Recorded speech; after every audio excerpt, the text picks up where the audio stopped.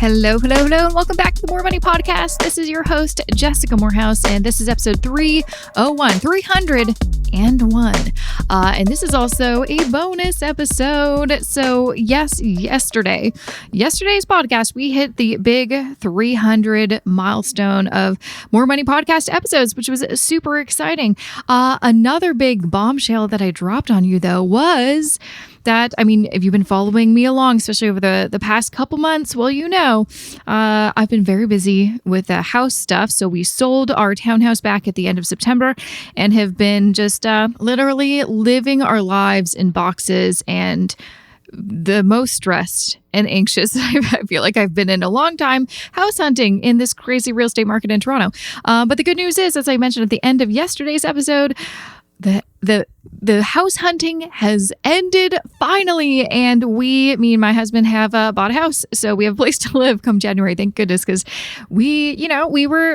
I'm going to make some more content about this. I'm definitely going to do a solo episode at the end of this season in December to really just share all my thoughts about everything that's been going on, because I still don't think I've processed it. But honestly, we really were about to move anywhere. Like, I was considering Prince Edward County, St. Catharines, Mississauga, Oakville. We were open to anything. But we really, in our hearts, really wanted to stay in Toronto because I love this place. I've been here 8.5 years now, and it feels like my home. And so that's what we were always rooting for, but we were okay moving outside the city. We were also okay renting. We were open, but, in the back of our minds, we really wanted to find a house in Toronto, and we did. So that's very exciting. Because this is such a good timing, quite honestly, really good timing. Because I've been going through all this and just like talking about house hunting and mortgages with everybody who will let me talk to them about this stuff. It is front of mind. And if you're in the same boat, or you're thinking of getting into the housing market, you're a first-time home buyer, or like me, you're a second-time home buyer, and you want to know what you need to know about buying something during this, interesting time that we're living in. No matter where you're at in Canada, I'm sure the real estate market is bonkers, because that's just what it seems like everyone I know across the country has been experiencing. So for this episode, I have the wonderful Michael Borrelli. He's the branch manager at the Bay Street branch of Alterna Savings. And we have a really great conversation. I literally had a huge, long laundry list of questions to ask him of things that I want to know, to share with you. And also, I know, because I've been talking to so many people, these are questions I know you have, and you're going to get answers. So a little bit about Michael. So he's a seasoned financial services professional who has been in the financial services industry for over 19 years. And he has significant experience in retail banking, product management and acquisition, as well as public speaking, which is why he was such a great podcast host. Michael is passionate about financial literacy and helping members with caring, transparent advice to better their financial well-being. And currently, Michael is managing the flagship Bay Street branch in downtown Toronto for Alterna Savings, where he leads a team of over 20 colleagues. And on a personal level, Michael is a proud father of 2 daughters who are active in both competitive soccer and the Royal Conservatory piano. Very fancy. In this episode, we're going to dive into it. So if you want to know the details, if you are getting into this for the first time, and again, there's a lot to know. It is the biggest, as we talk about this in the episode, it is the biggest financial decision you're going to make in your lifetime, getting a mortgage. So, you want to do it right, and you want to make sure you've got all those boxes checked, and you're going into it fully informed. So you are going to love this conversation. We also, of course, talk about, mortgages and credit unions, because I feel like credit unions do not get enough attention when we talk about, just financial services in general, but also lending. And they are a great option in terms of getting a mortgage. So we talk about it all in this episode. So without further ado, here is that interview with Michael. Welcome, Michael, to the More Money Podcast. I'm so excited to have you on to talk about a topic that is very close to home, since I recently sold my place and bought a new place. So this is very front of mind, and I'm very excited to talk about mortgages for this episode with you. Welcome to the show. Yeah, thank you very much, and congratulations on your new purchase. That's very exciting. Thank you. Exciting and terrifying. That's right. As every new homeowner, you're like, oh wow, we just did that. Oh goodness. Okay, no backing out now. That's all right. It's not as scary as it seems. That's for sure. Yeah, this is definitely a bigger transition from us. We're no longer, first. I would say it was a bit scarier being the first time home buyer because you really have no context. You hear stories, you could do as much research as you want, but you don't have that experience. So it was a bit easier going in. But I think, we're going from a townhouse to a house. We don't know. We had people that would shovel our walk. Now I guess we have to figure that out ourselves. So there's going to be a learning curve. Anyways, enough about me. I'm just like excited to talk about. No, yeah, love talking about houses. excited. When someone's like in the thick of it, that's all they can talk about. Of course. So excited to have you here. But first, because I know. I've personally had so many conversations with potential first-time homebuyers or people that are just getting started, looking at houses. And there's a lot of anxiety, there's a lot of stress and worry, and I think a lot of it stems from just like the unknown, and also like, oh gosh, I sure don't want to make a mistake because that would be one expensive mistake to make. So when it comes to first-time homebuyers, what are some of the things that they should remember or consider before fully diving in? Yeah, I think there's lots of things to consider, but there's two main factors that I think you really need to put at the forefront before you get into that home buying journey. Number one would be understand your budget. Understand what those debts are. What do you have lines of credits, loans, credit cards, some expenses? You need to know what your day-to-day transactions are looking like. So to put a budget together, super, super important. And then the second piece, very easily said, and kind of addresses your, it can be a scary thing. It's the biggest purchase of your life. You need to build a strong relationship with a mortgage advisor. I think no matter where you go and who you do this with, you need to have a solid foundation of trust and a good relationship with somebody that you can ask candid questions and get a true answer back. Because not feel like you're asking a dumb question. It's like there's no dumb questions, especially when you're, like you said, making the biggest financial decision of your life. It's like you want to have that open dialogue. Yeah, of course. And that goes with anything, right? It's when you have someone that is an expert and that you can bounce ideas off of and just to be able to trust, that is extremely important. And I don't think a lot of people do that up front. We see that all the time, is that, people put in on offers first or, without actually understanding what they can afford and what that total financial picture is. And that's one of the things that I would suggest, is that when you go to a financial institution, you have a total value picture. It's a holistic approach because it's not just about the mortgage, it's about your whole financial picture. So that's why I think it's important to get in front of somebody as soon as you can. Yeah. No, that's definitely something that we've, your whole life changes when you get a mortgage. Your cost of living changes, and also maybe how you even structure things. I think a big change for us when we bought our first place, and even looking into, now we bought our second place, we're already looking at how can we maybe reconfigure our budget and our cash flow structure so things are more organized, because it just gets kind of more complicated. So yeah, it's so important. Since we kind of touched on that, this, and this is like kind of the question that everyone has: how on earth can I even afford something, depending on where you live in the country? But, even like, especially Ontario, it seems like every city in Ontario has just exploded in terms of price point. A lot of first-time home buyers feel like it's too late, or how on earth can I afford something? How would you go about trying to figure out what is your affordability? Because it does kind of seem like numbers are a bit crazy, but sometimes when you really start putting them together, it gives you, honestly, like, especially when we bought our recent place, I'm like, that's a big number that we just paid. But then when you break it down monthly, it's like, okay, it's doable. That's right. But it's hard to kind of digest. Yeah, no, I totally get that part of it, right? And it doesn't have to be that large honking number, when you're looking at a mortgage and how can we afford it. Breaking it down exactly like you've suggested, breaking it down into digestible pieces, right? And so what does that look like daily and weekly, right? I think that's important. The first step is to understand and don't underestimate the power of savings, right? So saving your money and really rejigging how you do things. Do you need to have that most expensive dish for lunch or for dinner, and trying to consolidate? So having a strong down payment is important. Understanding that the government has different programs in place, like the first time home buyer program, where you can use your RSPs, so your retirement savings plan, as a means of pulling it out and using it as a down payment without any tax implications, right? And some people might say, yeah, but I don't have any RSPs built up. I don't have any money there. Yeah. There are, in every institution, they offer RSP loans, where I highly recommend, meeting with a mortgage advisor and understanding a little bit more about it. I did that with my own home purchase as well, where, I took out an RSP loan. It goes into the RSP 90 days. Then you can take it out without any tax implications. And right now you can borrow, or you can take out 35,000 out of your RSPs.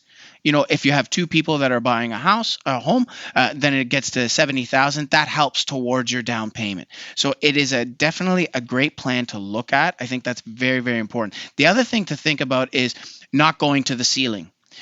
Yes, we want to get into the home market, but we see from time to time people going right at this top, and then there's no more movement afterwards, right? You have to live within the means, for sure. But if your listeners want to know what the general, if you don't have much unsecured debt, lines of credits, loans, and credit cards, you can look at about 3 to 4 times your salary. So whatever that income is coming in, times it by 3 to 4 times, and that's what you're going to be looking at, what you're going to be able to afford. All right. Good to know. I know, this is, you always see kind of these articles floating around about, usually when you see someone, especially in their 20s, and I'm still kind of like shocked when people in their 20s buy something, because we didn't buy anything until we hit 30. How do they afford these? And usually it's because they get help from their parents. And I think it's, I don't know, personally, because I've had so many conversations with people I know who do own homes, and they're like, yeah, we got help. Yeah. And people are scared to say anything because of the judgment. But that, I feel like, is kind of becoming the norm just with how the real estate market is. It isn't necessarily possible or realistic to try to just save it all up on your own, unless you want to, wait a long period of time to buy something. So can you kind of speak to that? Like, how would that, I know a lot of people think they just get free money from their parents, but there's probably some products that probably exist to kind of, organize that in a certain way, like them co-signing or something, right? Yeah, exactly. We do have multi-ownership programs in place where you can be a joint or co-applicant with family members or friends. So people are absolutely using this and to their advantage. It's becoming more and more commonplace. Getting a gift from a relative is more commonplace now, and we get a gift letter, and we have to just understand where those funds are coming from, right? But otherwise, it's happening more and more. There is absolutely no embarrassment whatsoever. So I would actually encourage people, if you have the means to, borrow money from family members, do that, because you have to get into the market. In order to be a player, you got to be in the market in order to enjoy the freedom of having the home, home ownership. So I it is a difficult thing, but you need to leverage the first time home buyers plan, leverage then, parents or family members that might have the opportunity to lend you money, because again, it's going to help you in the long run for sure. Mm-hmm. Yeah, like you said, it'll kind of cut that time of waiting to get into the market. And one of the things that I always kind of, look back on is like, we had, some friends who, I went to university and then I was broke for my whole 20s, basically. But me and my husband, we had friends who, they didn't go to university right after high school. They, studied to be in the trades and started making pretty decent money way earlier than us. Yep. And they were very smart with their money because they bought property, like, honestly, looking back, like 15 years ago. And I look back, I'm like, gosh, they own like multiple properties now, and they're our age, and we just have one foot. But that's the other thing. Sorry to cut you off, but that's the other thing to consider too, is getting a financial planner to look at your total financial plan and even the future prospects of what that's going to look like, right? Because it doesn't have to, like, somebody can help to hold your hand throughout that process. It doesn't have to be just you alone. And if you're just talking about the mortgage, it's much more than that. And maybe there is an opportunity to take, if you're looking at 2 years down the road to purchasing a home, meeting with a financial advisor and thinking about, okay, inflation's at 3 and 4%. What kind of investments can we look at to get us a return that's going to help us at least cover that 3 and 4%? So you still have that purchasing power at the end of it, right? Well, yeah, that's a big consideration too, because I feel like, and I've been having so many conversations with people about like past financial advice was, oh, keep it in cash if you're going to buy something in a year or two. Right. But now it's like that actually does not make sense because you're getting a negative return on your cash because of inflation. And so it actually, it is important to kind of look into, okay, what's going on right now? Yes. What advice should we just toss out the window because it's not relevant? And then, what makes sense? And I've been telling everybody, it's like, it doesn't make sense to keep it in cash. You're going to be losing money. And especially as you see not just inflation, but then also real estate prices, how they've increased. It's like the only way to kind of keep up with that, so your down payment still holds value, is to invest it, honestly. Yeah, and just, again, you got to know your options, and you have to be educated in order to make the right decision. If you don't know these things and you're right, sitting on cash right now, you're losing money at the end of the day. So, important to meet with somebody for sure. Yeah, absolutely. So let's kind of talk some of the particulars of a mortgage. There's a lot of, I think, acronyms and buzzwords and, just jargon when it comes to mortgages that when you're not familiar with it, they're like, what the hell does that mean? So, we've got our term, we've got our amortization, we've got our interest rate, all of these things. I kind of wanted to dive into a few of these just to clear things up so they're less scary. So let's kind of start with the interest rates. Now, basically your kind of options are you can get a variable rate, a fixed rate, or a flexi rate, which is kind of an interesting combination. Now, for me, like when we first bought our place, I'm like, I thought, and they did, I'm like, interest rates have been low for a long time. They're going to go up. Let's lock in this interest rate. So we got a fixed rate. Now things have kind of changed. We actually went with a variable this time around. But there is the risk that interest rates will go up, and they most likely will. And so there's a lot of things to consider. What should people know about these different types of interest rates? How do they work? I think a lot of people aren't sure, like, what does a variable rate do? And what, how do you choose the right one for you? Yeah, it's a great question. So fixed rate mortgage or fixed rate interest rate is a fixed rate. It doesn't change over the term of the mortgage. So if you book a 5-year term for 5 years, that rate doesn't change. Your payment doesn't change. Typically, that is a bit of a higher rate than what a variable rate has been. And historically, a variable rate has been better. So a variable rate fluctuates, and so that's based on our prime rate or a prime lending rate and some basis points, either plus or minus. And if the prime rate changes, as the Bank of Canada is starting to slowly indicate that in the future, in the coming years, that it is going to be rising, it's something to consider. But the first thing I would say is, what type of person are you? Are you the peace of mind kind of person where I'm that type of person? I'm a fixed rate type of person. I like to sleep at night. I like to know what my payments are and done for those 5 years.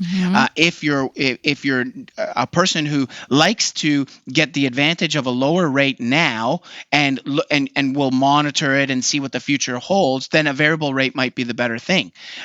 It really depends on also the advisor that you have and how in tune they are with the market and where it's going, right? Like I said, the Bank of Canada just yesterday or 2 days ago came out with saying that, listen, we're not going to change the rates now, but just let you know, next year we're going to be starting moving a little bit quicker than what we think. And so it's something to consider. Also, in our applications in any financial institution, there is a stress test already put in place, meaning that you're qualifying at a higher rate, 2%, give or take, higher than what the rate you're going to get, to ensure that if rates go up, you still have the ability to pay. So the fixed rate, the variable rate, there is at some institutions a flexi rate where you can have a variable rate inside of a larger mortgage product. Those can be, you can take advantage of those ones if you'd like to separate. Like say you do a home renovation and you take out $50,000 and you want to put it aside as a certain, rate and payment. That would be a flexi rate option. But really, it comes down to those variable or fixed rates. Okay. Awesome. No, I think that's helpful. Now, you also kind of mentioned the term, Yeah. and I think a lot of people get that confused with Yes. amortization because they're both lengths of time that are super important for your mortgage.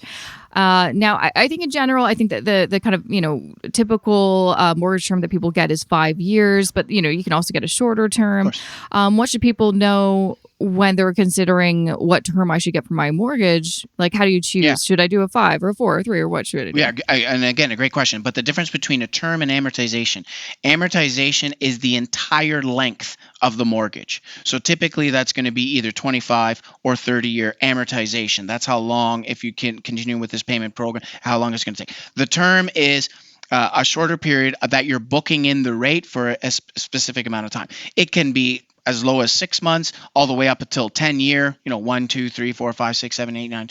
The first question I usually ask people is, are you planning on staying in your home? Because if you have any inclinations that you're going to be selling your home in 2 years or 3 years, you're not going to book a 5-year term, because then there might be you might have to break the mortgage, which you really don't want to get into. So if you're telling me that you're not going to, you might be selling your place in 2 years, I would look at doing a 2-year term.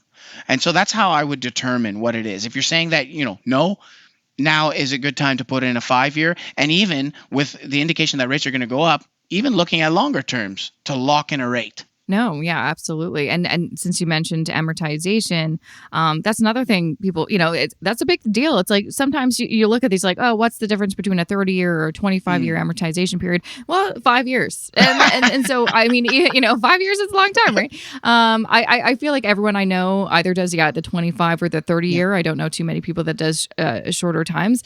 But I think, even when we were deciding, okay, what amortization period should we get? So with our previous mortgage, we did 25 years.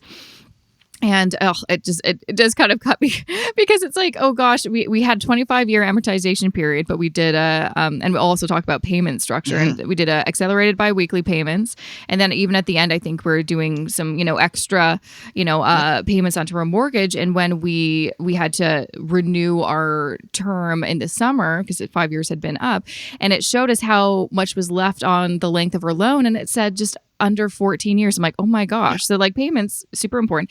But here we are buying a bigger, more expensive place, going back up to a 30-year. Right. But there was a lot of things that we talked about and discussed, like why would we? Some people, again, like people that are like, oh, I hate debt, I want to pay off my mortgage as soon as possible. It sometimes doesn't necessarily make sense depending on what phase in life you are. So for us, a big consideration was cash flow. We wanted to make sure that we felt good as we ease into this new phase in life. We have this, new expenses that we don't quite know all the utilities and all the things that will pop up. We wanted to give ourselves some breathing room. But, what are some other things people should think about when they're considering which amortization period makes the most sense? Because it will have a big impact on your regular payments. Yeah, and it's a loaded question for sure. But what I always like to suggest is that if you qualify for a 30-year amortization, do that, because that is going to be the most minimum payment that you need to make. Now, if you can afford a little bit more in your payments, like you've done with your biweekly accelerated payments, you can still do that with the 30-year amortization to actually lower the years it's going to take to pay off your mortgage. So say, for example, a 30-year amortization is $3,000 a month, but I can do $3,500 to get it to a 25. You pay your $3,500. But if something goes on, in the future, say you lose your job, or say that you fall ill, or that you need a little bit more cash flow, you can always revert back to the 30-year minimum payment of that $3,000. If you lock in at the 25-year amortization, then that becomes the minimum payment, right? So I think that's important to consider for sure. Accelerated, when it comes to the payment pieces, right? It really depends on what the need is. Sometimes, and I really like that you hit the life stage piece, because it really does depend on where you are in your life. I have a young family right now. Cash flow is very important to me. Yeah. So it might be prudent for me to maybe not pay as much on my mortgage right now so that I have the ability to live the life that I want to provide for my family, right? As I And hit some of those other goals, like, Yes, okay, we've got a college fund going there on you and go. investing for retirement and meeting all those other requirements. Yeah. I also like to explain to people that, the old adage of pay off your mortgage first, pay off your mortgage first. It's always sound advice for sure to get rid of your debt, but I think there's a lot of moving parts there. Well, the way that I like to explain it to people, if you have $100, $50 goes towards your debt, so that could be your mortgage. Okay, $25 goes towards saving for now, which it could be like a TFSA and like for a trip in the next couple of years, and then saving for later, like your RSPs and retirement. Because I think if you neglect one of those areas, you're going to be behind the ball a little bit in certain things. So you might not be able to save for now. If you're dumping everything into your mortgage, what about the Yeah. future? What Yeah. about that cash flow? So I think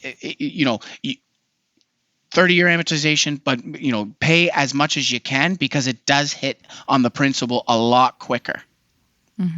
Well, yeah, the kind of the advice that we got is like, well, again, this gives you some flexibility, and within our in lots of mortgage contracts, there is the opportunity to do some prepayment. So maybe you get a bonus at work, and you want to add another extra payment or something That's right. onto your mortgage. So it gives you more options, and that's kind of what made the most sense for us. But yeah, I want to touch on that because that's another question people have. It's definitely some old advice we got from our parents or grandparents, and it's not bad advice exactly, but the idea is like get rid of your debt. Yeah, we definitely pay off your debt. Of But course. yeah, like you mentioned, it's so important for me, and someone said this a few years ago, and so we stuck in my mind. When it comes to, thinking about investing, diversification is a really important element. That means Mhm. investing in lots of different things. So you're spreading your eggs in lots of different baskets. Why would it make sense to put all of your eggs into one asset, which is your home? Because you can only realize that capital if you sell your house, or I guess if you, get some sort of a loan that is taking the equity out of your home. But it's important to, like you said, meet your debt obligations, but making sure you're diversified in terms of your money too, with this cash savings, investments for your other investment goals like retirement. So you don't end up in a situation where you have a paid off house and nothing, you're, 40 or 50 and you don't have anything saved for retirement, What are your, when you sit down with a financial advisor, a good financial advisor is going to get hmm to know you and understand what your financial goals are, all of them, not hmm just the one. hmm I'm not only helping you with the mortgage and purchasing your dream home. I'm also helping you set up for those vacations if that's on the radar, or for that nice new car if that's on the radar, or what do you want to do when you're retired. So it all comes together. And I think what a lot of people do is that they put it in compartments and they try to Yeah, separate things, and it's not a separation. It's supposed to be all together. Holistically, it you got to is. look at it. Yeah. Yeah. And like I always say, personal finance is personal. Like even for me, it's Yeah. like I feel like there's so much pressure on myself as someone who's been in the space for so long and like gives people, tips That's and right. stuff. And I talk about money and I want to help people. But then that's like, well, I've got my own financial life and considerations. I'm like, I always don't want people to judge me for my, but it's like, you know what can I do? Like everyone's personal Yeah. financial situation is their own and they have to make the right decision for them. And that's what they got to do. Another thing kind of just talking about for when people are thinking of getting a mortgage, and I think this is so important to talk about, is what are some potential mistakes or no-nos people should avoid. So I'm thinking, I see a lot of these things on like Instagram Reels. There's like a bunch of realtors that pop up on things, probably because the algorithm knows I'm looking for a Right. house, of things that you should not do. Like, oh, when you hear a client just bought a new car and you're like, but we're looking for a house. Like, why Yeah. did you just take out a loan for a new car? Like, so what are some things that you should maybe hit pause on or not do if you are looking to get a mortgage and buy a home? Yeah, and I think that could be one of the first points too. Is if you Don't buy a new expensive car. yeah, well, everybody based on their income has a certain amount of credit that's available to them. How you want to use that credit is going to be up to you. So if you want to have, for example, a $500,000 mortgage, you might not be able to, or say you qualify for $500,000 in debt totally. You buy a $100,000 car on loan, you have a $50,000 unsecured line of credit and another loan for $50,000. Well, that's reduced it by $200,000. So now your ability to get a mortgage can only go so far. So I think that if you're thinking about buying a house and having a mortgage, making those big purchases or getting into further debt, picking up that other credit card and putting $10,000 on it is going to have an effect on the amount of credit that's available to you. So that's Yeah. a great point.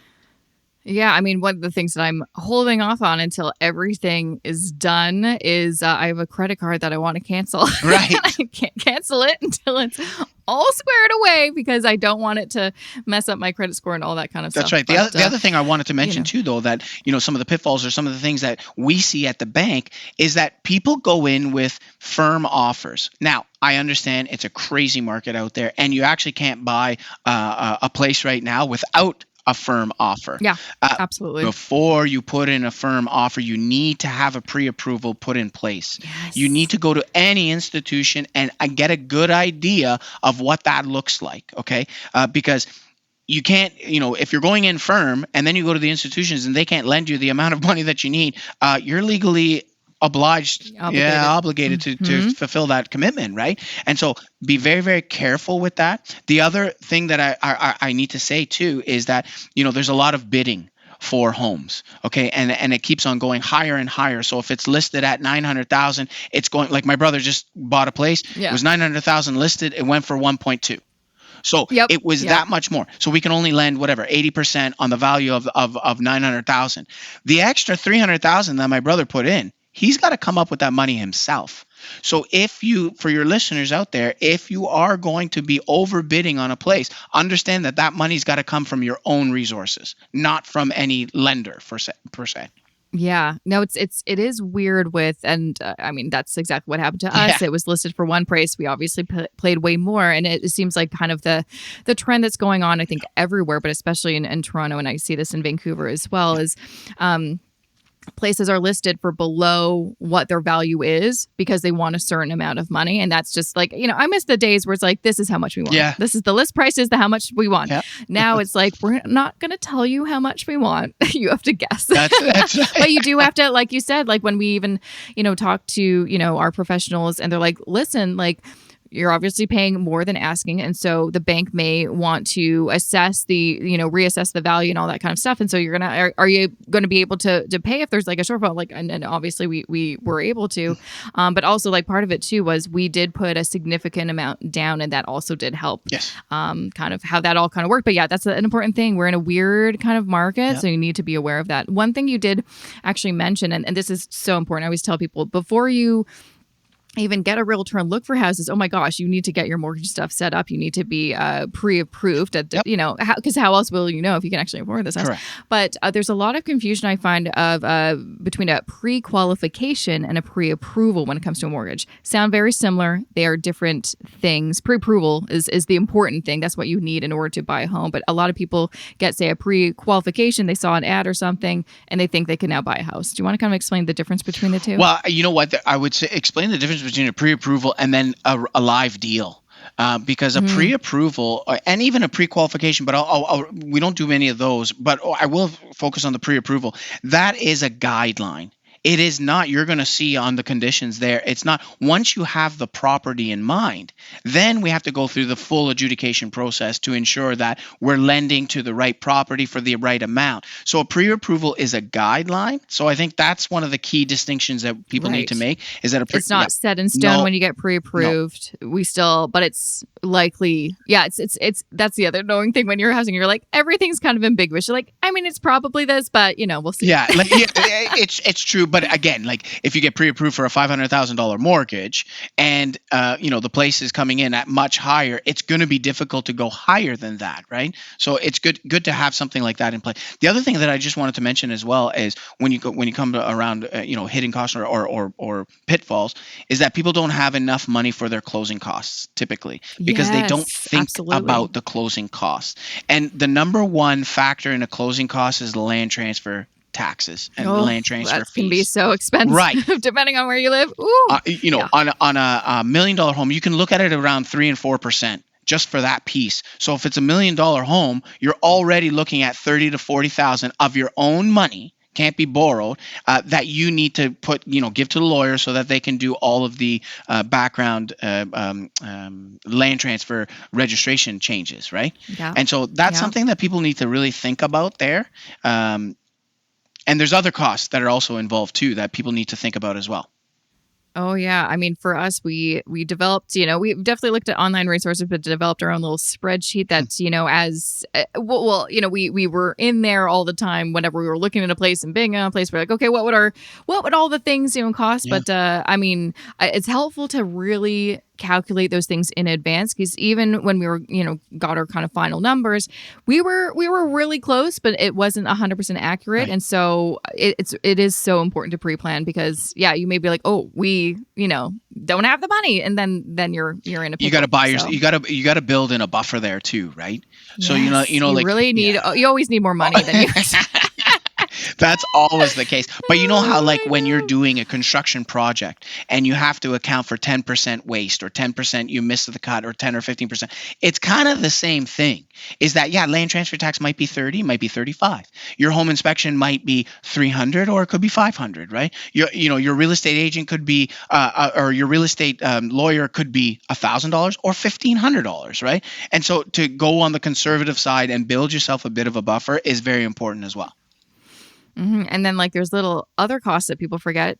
For us, we sold first and we bought it. So there is a gap between when we can get into our new property. So movers, Yes. storage, like so many, or maybe you want to hire a cleaning company. There's so many things. So it's good to have, again, some buffer money for those things that you're like, oh, I forgot about this. Yeah, I'm really glad that you said you had an Excel spreadsheet. Like, I mean, I think that, Oh, yeah. I think being organized is super, super important. And then you go line by line and you get a great understanding, because if you just do this by the seat of your pants, it's going to go by so quickly. You might not have a good understanding. And I think it's important that this is the biggest purchase of your life and you're going to be in this home. You should know what's going on. It's very intense, especially with the markets kind of Yes. everywhere across the country right now. I mean, for us, it felt like it took a year, but we sold our place and bought a new place and looked and bid it on 7 different places or something crazy within the span of 1 month. Yeah. 1 month. Yeah. It happened very quickly. So it's a good thing that we had that kind of foundation. And again, we really did do our research and knew what we were getting into, but it's intense. So you need to be prepared. So I know we've talked a little bit about, a lot about first-time home buyers. I wanted to just kind of touch on, for anyone listening who is like me, who's not a first-time home buyer, existing home buyers, that, there's lots of things that, we were new to experience. Now, one, actually, I think this is really important to kind of touch on is, we talked about the mortgage term. So, and I kind of touched on this earlier as well. So we had a 5-year term, it expired. And so we were up for renewal. I think a lot of people assume you need to automatically renew with your current lender. Just like, okay, well, let's get another 5 years. But you actually have options. You can shop around. You can go to a different lender, especially too, if that means maybe getting a better rate or it's just a better, institution for you. Do you want to kind of share, what does that look like, and how far in advance of your term expiring should you kind of start, the conversation with someone to see, hey, should we move places? Yeah, great question. So 120 days.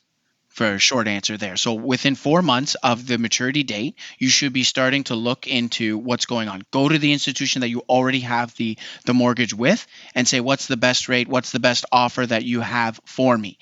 Because at that time, you can early renew without any kind of fees or penalties or anything like that with that. When it comes to costs and fees, right, of setting up a mortgage, at a renewal, if you're renewing with the same institution, there's going to be no fees unless you're increasing the mortgage amount, where we might have to do a new land registration charge. If you're a new home buyer, the costs are going to be the appraisal, which is between $300 and $450. And your legals that are going to be done through the real estate lawyer. Which can be up to $1,500. That's how much it's going to cost just for the mortgage piece, right? When you're renewing, again, with the same institution, you won't have any fees associated anyways. Mm-hmm. Another question I've gotten is, let's say most people don't do it like us, where, we sold first and then bought second. And so we get the money from our sale, and then we got the money to buy the house. So we're actually pretty lucky in that respect, even though, I mean, the cost savings are like, oh, there's going to be a whole month we don't have a mortgage. That's right. We're going to be renting a place. So it all kind of gets eaten up somewhere. But a lot of people are like, okay, but what if I want to buy a place first and sell second? how do I, and I don't get the money right away. How do I bridge that gap? How do I pay the house that I just bought? Yeah, so the key word is bridge, exactly what you just said, right? So a bridge loan. Now, institutions offer that, especially if you're going to be having a mortgage with them, right? And it's typically up to about 120 days. So you can get it up to 4 months difference. Anything beyond that might be more difficult, where you might have to have that buffer, that you're covering that buffer. But there are bridge financing options available at all the institutions for sure.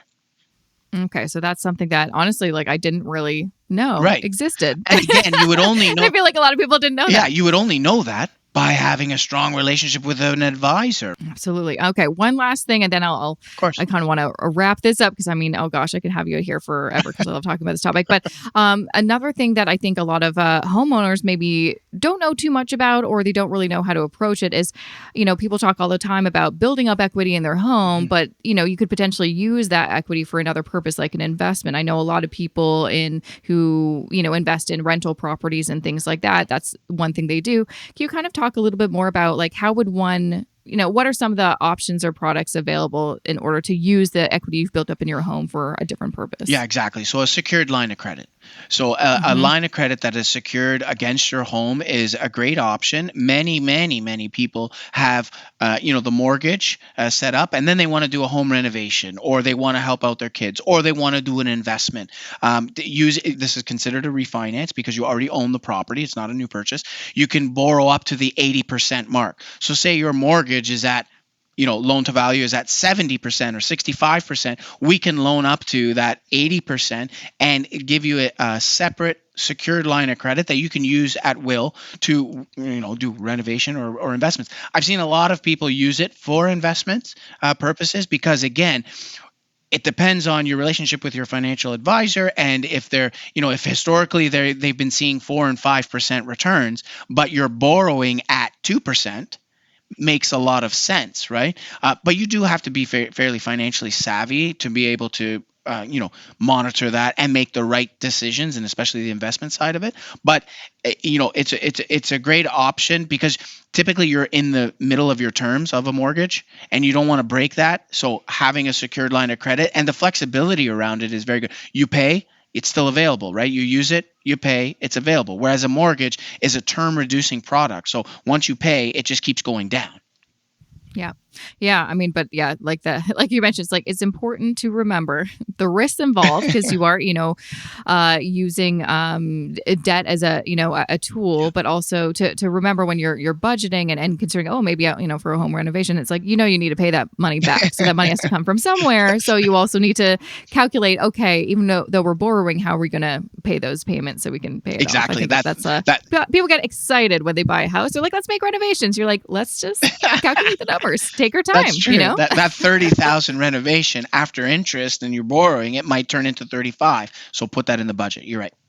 Yes, exactly. Okay, so before I let you go, what are some kind of last key points or takeaways you would like listeners to kind of leave off with after listening to this episode? Yeah, of course. If you have a pen and paper, I think there's 6 things that you really need to consider. Oh, yeah, love it. So prepare a budget detailing your monthly debts and income. That's important to do. Have that spreadsheet like you've suggested. Number 2, meet with a mortgage advisor immediately to understand how much you can afford with regards to a mortgage, and what does your total financial picture look like at this current life stage. 3, understand the cost of home ownership. So things like utilities, property taxes, maintenance and repair, what the lawyer fees are going to look like, the home inspection, all of those things. And again, you can have that great conversation with a mortgage advisor for sure. 4 would be, how much of a down payment are you going to be bringing to the table? And do you need to tweak that number depending on how much you've bid on a home? Or, are you borrowing funds as a gift from someone? So you got to think about that too. Make sure you find a reputable real estate agent and real estate lawyer. There are a lot of people out there that claim they do a lot of work, but they might not work as hard for you. So you definitely, referrals is a great way of figuring it out, because it's a firsthand impression of that person. So I think that's important. And lastly, even though we're typically in this day and age, we're going in with firm offers and stuff like that, I still do recommend home inspection and a condition of financing on these properties, right? Because you want to make sure you can afford it, and that you can get qualified for it, and that you want to make sure there's nothing wrong with the electrical, plumbing, and all that kind of stuff. Sometimes it's a gamble, and I get it, but it depends on what type of person you are. But those are the 6 things that I would really focus on.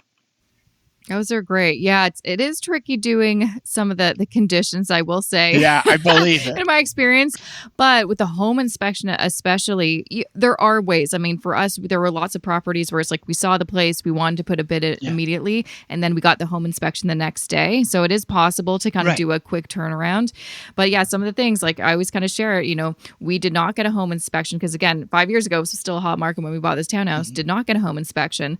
And a year later, we found out from a plumber, because we had a plumbing issue. He's like, "Oh, you have Kitech plumbing?" And we're like, What's that? Uh-huh. It's plumbing that some condos, lots of condos, got during a certain period of time in like the early 2000s that explode. So you need to pay for their replacement. So that cost us $6,000. Wow. And you're so right. So I wish we knew that in advance, That's you're very true. And sometimes, from what I understand, some institutions won't even provide a mortgage for people who have that type of plumbing. Yeah. So something it's good to know those things in advance. That's for sure. So thank you so much for being on the show and for sharing so much wisdom. I think this is going to be so helpful for many people. I know there's also great resources on alterna.ca. Can you kind of point to some of them? I know there's a calculator. What are some things after this episode people may want to continue their education? Where should they? I definitely think the mortgage calculator at alterna.ca is very intuitive. And I think it's a great start. So if you're wondering about, I'm in the market, I want to see what I can afford, go on to alterna.ca, go to the mortgage calculator. As well, we've redesigned our website to be a little bit more user friendly, which has been a welcomed change. And I would also challenge everybody to go on there and look at other products and services that are out there, because again, it's the total financial picture. And so when we talk about a secured line of credit for investment purposes, well, what does, as an example, Alterna has a great wealth platform. So how can you meet with somebody and talk about that too? So there are great tools and resources at alterna.ca. We have a great institution and people who care. So I think it's good to get in front of us, because we love building relationships with people. Amazing. Well, thank you again, Michael, for being on the show. It was a pleasure having you. Thank you, Jessica, very much. And that was episode 301 with Michael Borrelli. Again, he is the branch manager at the Bay Street location of Alterna Savings. And if you want to learn more about mortgages or credit unions or Alterna Savings, we'll highly recommend you go to alterna.ca/more money mortgage. Once again, that's alterna.ca/more money mortgage, because right there is it's a wonderful, beautiful landing page that has so many great resources, including mortgage calculators, guides on to buy a house and renewing your mortgage. You can also get in touch with a mortgage professional there. So many great things, but also you can just go to alterna.ca as well, and they have a plethora of information and resources for you to check out. So although I have kind of come to the end of my house hunting journey, thank goodness, I will tell you, it was literally only a month from, let's give it a whole month and a half from, signing the contract with our real estate agent to, putting our place on the market, selling it, house hunting, and then finding our place. But honestly, it felt like 6 months. It was a crazy situation. It was an ordeal, and I'm exhausted, and I cannot wait until the new year when we can get out of this place and we'll be in our new place. Actually, we're going to have to be out of this place at the end of November. So there's definitely going to be some future podcast episodes where I'm no longer going to be recording in this home of mine. I'm going to be in an Airbnb for a few weeks in between, because, we're going to be kind of displaced. Then I'm going to be home in Vancouver for the Christmas holidays. And then beginning of January, literally no joke, the day that we fly back from Vancouver, that is the day that we actually get the keys for a new place. How kind of cool. I'm actually really excited about it. How cool is it that we get to really start the official new year in Toronto in our new house? And of course, I will be sharing more specific details about my experience and just things that I learned, maybe some mistakes that we made along the way, or some things that I may not recommend, but they kind of worked out for me. I'm going to share that all in a future solo episode, so you can look forward to that. So make sure to, wherever you're you're listening to this podcast, make sure to subscribe. Also, talking about subscribing, make sure to check out my email list. So check out my email list. Subscribe to my email list. You can go to jessicamorehouse.com/subscribe, but you can also access, here's something better, more interesting. You can access my full free resource library just by going to jessicamorehouse.com/resources. If you sign up to my email list, then you'll get like an email. It says, welcome to my email list, and I'll have details on how to actually sign that up. But you can also just go to jessicamorehouse.com and find the details there. But there's a ton of amazing spreadsheets and checklists and guides, but one of them includes some tips on, getting ready for your mortgage and just some key terms and things that we talked about in this episode that you may need a reminder of, like, hey, wait, you talked about variable and fixed rates. What's that about? Or, a term versus amortization, all that kind of stuff. So make sure to check that out. Also, in last week's episode, which was about wedding planning, I also added the wedding budget spreadsheet. So if you're also getting married or know someone who, is, and they want a spreadsheet to kind of organize all of their, money stuff for the wedding time, I've got a spreadsheet in there. It's brand new. But there's so much stuff. So you can check that out. Also, of course, in case you don't know, besides this wonderful podcast, I also have a YouTube channel.